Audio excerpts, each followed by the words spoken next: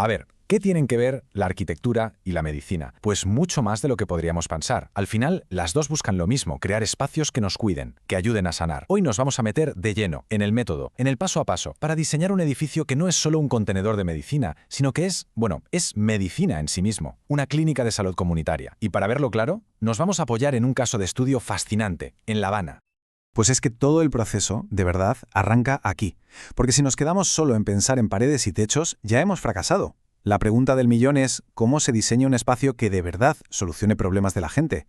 ¿Cómo conseguimos que el propio edificio sea una parte más del tratamiento? Esa búsqueda, esa pregunta, es el corazón de todo este asunto. Y claro, aquí es donde la teoría se da de bruces con la realidad. Para muchas comunidades en algunas zonas de La Habana, la salud está literalmente lejos. Hablamos de trayectos larguísimos para una simple consulta, de barrios enteros sin un servicio médico cerca. La distancia se convierte en un muro, en una barrera real para el bienestar.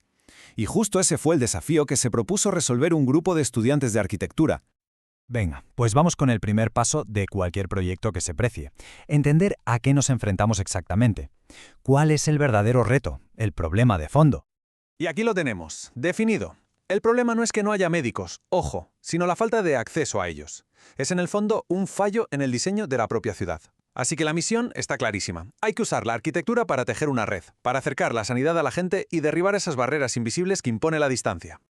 Bien, problema localizado. Ahora la gran pregunta, ¿y cómo se soluciona esto? Pues mira, desde luego no improvisando. Aquí hace falta un método, un plan.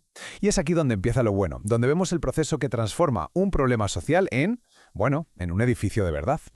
Esto hay que imaginárselo como un trabajo de investigación, casi de detectives. Lo primero es ponerse la gabardina, analizar el sitio, hablar con los futuros usuarios, entender qué necesitan de verdad. Con todas esas pistas sobre la mesa, entonces, y solo entonces, se establecen las reglas del juego del diseño. Y ya al final, con toda esa base, se empieza a pensar en volúmenes, en formas. Porque empezar a dibujar antes de todo esto, es que sería como empezar a construir una casa por el tejado. Venga, ahora sí, pasamos de las ideas al ladrillo, de lo abstracto a lo físico. Porque claro, un edificio de este tipo no aparece por arte de magia. Es el resultado de siglos de evolución, de cómo han ido cambiando tanto la medicina como la arquitectura. Y es que para diseñar el futuro no queda otra que entender muy bien el pasado. Y es que la evolución es alucinante, de verdad. Pensemos que allá por el 1450 teníamos hospitales que eran como claustros, todo cerrado. 200 años después, con las epidemias, llega una idea revolucionaria: separar a los enfermos en pabellones para frenar los contagios. Luego, ya en el siglo XX, el modernismo lo cambia todo y los apila en altura, en grandes bloques. Y hoy en día, pues son sistemas súper complejos, todo integrado. Cada modelo es un espejo de la ciencia y de la sociedad de su tiempo. Y todo esto nos trae hasta hoy, donde el cambio de chip ha sido total. O sea, ya no vale con que una clínica funcione y punto. Ahora se le pide que sea flexible, para que se adapte a lo que venga, que sea cómoda, pensando en el bienestar de la gente, que sea eficiente, que no derroche recursos. En fin, se ha entendido por fin que un centro de salud no es un taller de coches para personas, es un espacio que tiene que promover la salud de forma activa. Vale, pues ahora vamos para adentro, nos metemos en el edificio. Y es que una clínica no es una caja quieta, es más bien como un organismo vivo. Por dentro se mueven personas, materiales, información, y organizar todo ese movimiento, diseñar esos flujos, es absolutamente crucial. Es que esta frase lo clava, de verdad. La distribución de los espacios en una clínica no es una cuestión de si queda más bonito o más feo. Es que es la base sobre la que funciona todo lo demás.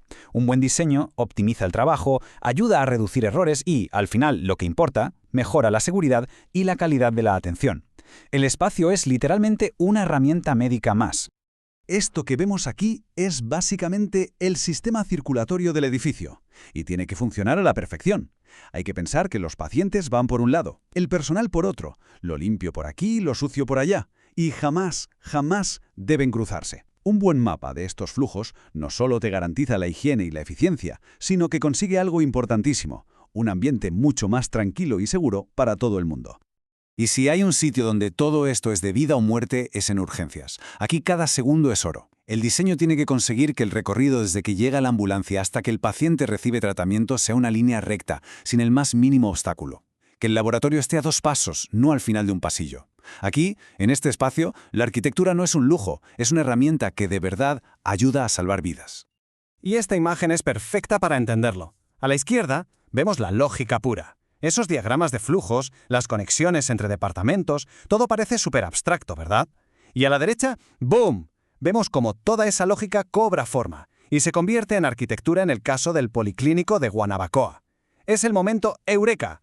Cuando el método se hace tangible, se convierte en un edificio real. Vale, y ahora vamos a hacer zoom hacia afuera. Vamos a abrir el plano. Porque el diseño de una clínica al final no es un hecho aislado, se enmarca en una historia mucho más grande, la de cómo un país entero puede usar la arquitectura como una herramienta fundamental para levantar un sistema de salud pública. Hay pocas imágenes que cuenten una historia con tanta fuerza como esta. Si vemos el mapa de 1958, las zonas rurales de Cuba eran prácticamente un desierto sanitario. Y ahora vemos el de la derecha, solo 16 años más tarde. Hay una red completa de hospitales que cubre toda la isla. Esto va mucho más allá de construir edificios. Esto es el mapa de una auténtica revolución en la sanidad pública. Y este gráfico le pone números a esa revolución. Ojo al dato. En poco más de una década, el número de policlínicos se duplicó. Y esto no es una simple estadística. Es la prueba de que había una estrategia nacional muy clara, donde la arquitectura fue la herramienta clave para democratizar el acceso a la salud para todo el mundo. Y todo esto nos deja con una reflexión final. Hemos visto cómo un método de diseño, uno riguroso, puede transformar la sanidad, primero a la escala de una comunidad y después a la de todo un país. Queda demostrado que la arquitectura, cuando de verdad se pone al servicio de la gente, no se limita a levantar paredes, construye bienestar. Así que la gran pregunta que nos queda es, ¿en qué otros ámbitos podemos aplicar este poder para construir un mundo en general más sano?